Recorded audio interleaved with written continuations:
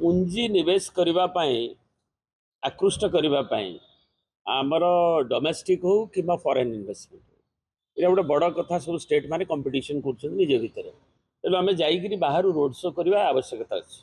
तेणु से जाइए श्रीयुक्त नवीन पट्टनायक सरकार बेले मु तो प्रथम इंडस्ट्री मिनिस्टर जो थी बोधे फास्ट ओडिशा कनक्लेव 16 मसीह होता नुआ प्राग्मेटिक पॉलिसी करी स्टेट मान भर प्रतिद्वंदिता हो किए आकृष्ट कर कौ ढांचार कर।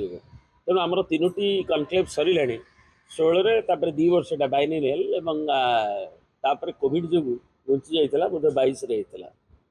तेणु 24 मसीह 25 मसीह हम। तेणु से फास्ट आमर प्रथम जेहतु ओडिशा रे माइन्स मिनरल केमिकल से पेट्रोकेमिकल कॉम्प्लेक्स सब आसी तेणु ताकू आमर थर्स दिया इन्वेस्टमेंट आने से 2 लाख कोटी टंकार प्रपोजल माने जोटा कंक्रीटाइज होता जो प्रपोजल जी जहाँ कहते भितर पर 2 लाख कोटी टंकार होता।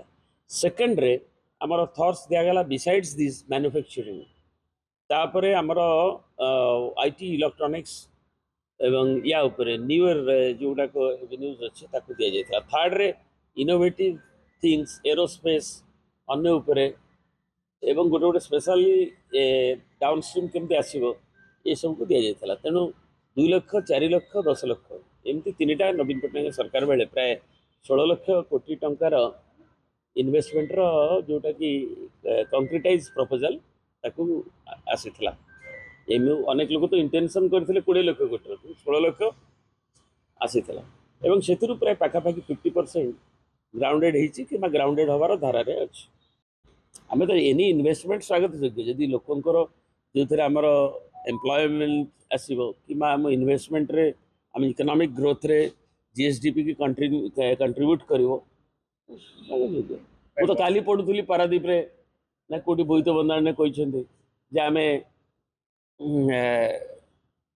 पस्को को आणुच किए मना करुच।